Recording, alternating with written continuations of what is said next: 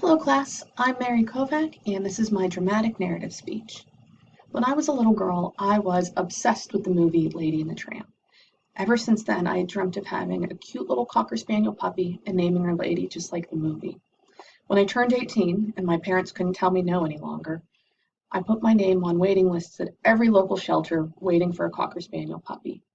About 2 years later, the Animal Rescue League called me and told me that not only did they have one, but her name actually was Lady already. It's what she already answered to. Of course, I dropped everything I was doing, put my shoes on, and ran right down there. Everything had gone well. She was a cute little puppy, and I was ready to adopt her, until I saw a crate that was covered in blood all over the bottom and had caution signs on 3 of the sides, saying that it was dangerous to go near the dog. I asked the counselor why they had a dangerous dog there. I knew it was a no-kill shelter, but it still sounded weird. She explained that the caution wasn't for my benefit, it was for the dog's. She had such bad anxiety in being in the shelter, if people went near her, they would scare her and she would try to burrow her way underneath the crate. That's where the blood was coming from. Her nails were breaking constantly just being in there.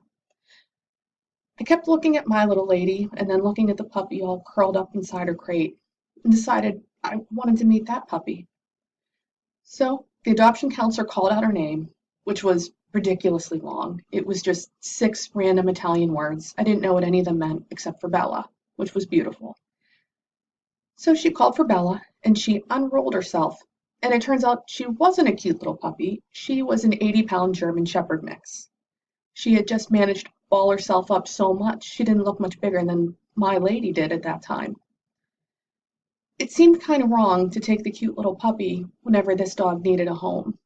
So the counselor could see my concern and told me that if I left Lady there, somebody would scoop up a puppy in no time. Bella had already been returned 3 times, and they'd pretty much given hope that she would ever find a home. So I adopted Bella, and I brought her home with me. And I'd love to say that it was happily ever after, but it wasn't. She was the worst dog ever. My first day that I went to work, not only did she manage to get out of her crate, she then ate my couch. My entire house looked like a foam pit, just pieces everywhere. The next few weeks weren't much better. I didn't want to be the person to return the dog the 4th time. I knew she just had anxiety and she was really scared, and being in a new home wasn't really doing very much good for her. So with a lot of patience and quite a few years, eventually Bella did become the best dog I ever had.